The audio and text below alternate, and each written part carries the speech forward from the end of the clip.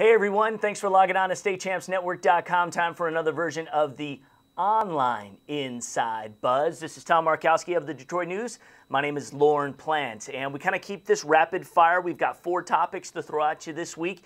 And first off, really tragic, very sad, the passing former Brighton high school star and quarterback, and later at Grand Valley State, had a cup of coffee in the NFL. We're talking about Cullen Finnerty, the quarterback who just very mysteriously passed away up north.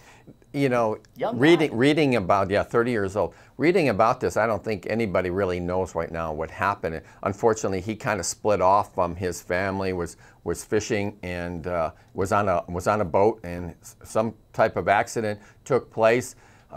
From what I was reading, the authorities say it doesn't seem to be foul play, but nevertheless, you wonder what happened there. Getting back to his career, he had an outstanding career at Grand Valley State and also at Brighton. And I had a chance to talk with Brian Kelly, the coach at Notre Dame, who coached Cullen at Grand Valley State, who recruited Cullen in high school. Cullen went to Toledo for a short period, then transferred to Grand Valley. But you know, it's just a shame. He was such a great quarterback. If you recall, he was more of a running quarterback in that spread offense that they had. You know, he might have thrown 15, 18 passes a game, but he really ran that offense. And just talking with Brian, he got a little choked up over when I posed a question to him.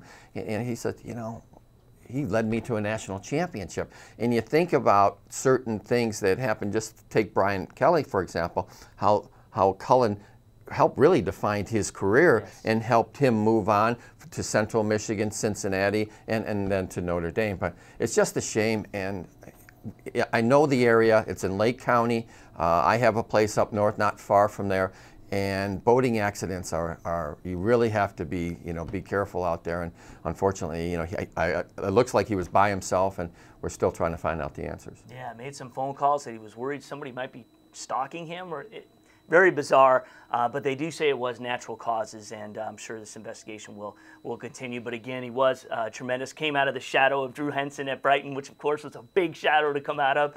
Right. But he was an amazing athlete, and did some great things. Those were the big-time power days at Grand Valley, no question. All right, topic number 2, we've got new transfer rules in effect. Well, we talked about this for a while on the show, and we're just waiting for the other shoe to drop out of the Michigan High School Athletic Association.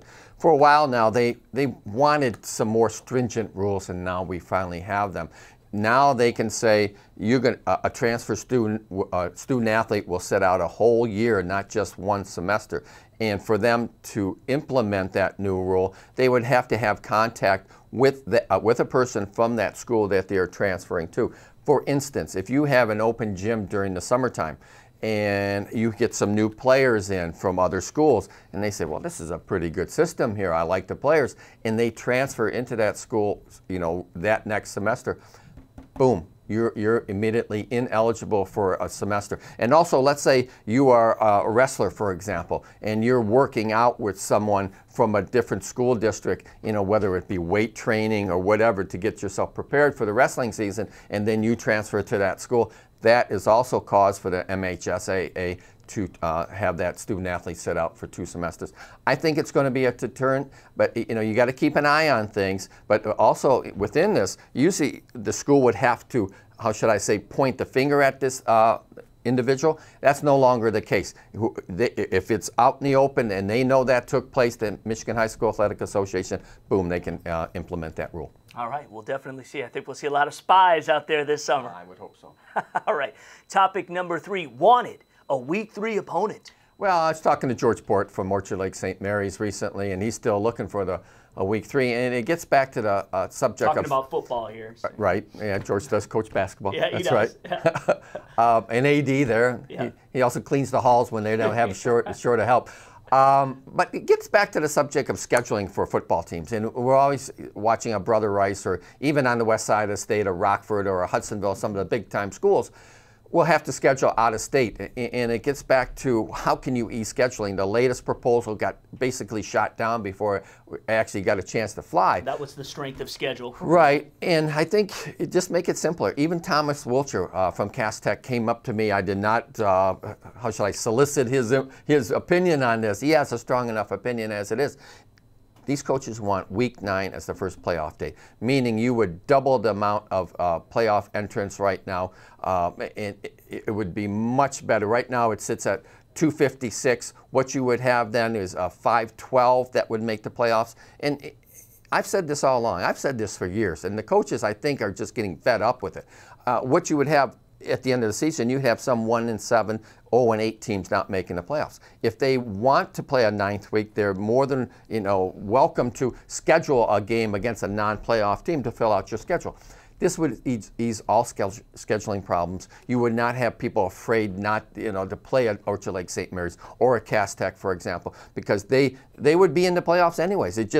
You would want to get your team ready, for a better competition throughout the season, much as you would in basketball.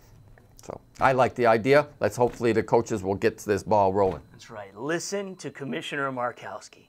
This man knows. Okay, topic number 4. What's with the weather? Well, you have a lot of problems, especially with baseball and softball, with the fields getting soaked by all the moisture we've had recently, and you get maybe a half hour worth of rain, and it wipes out. Storms. Yeah, and you just wipe out the game. And whereas here's the problem with the sports like softball and baseball. They have the pre-districts on a Tuesday, right before the Saturday, for most part, district semifinals and finals. And if you have rain like we've had all this week, you've had a number of postponements that push games to Tuesday to Wednesday, sometimes Wednesday to Thursday, and it just really pushes back things. What they need to do is to change the rules and have the pre-districts optional to be played before Memorial Day weekend, so you don't run into weather problems, you don't give the advantage to the semifinalists who got the buys into the Saturday round. That's right. And because what you have in baseball, you have fresher arms for those teams that, for whatever reason they got unfortunate. Especially in baseball. Right, because, you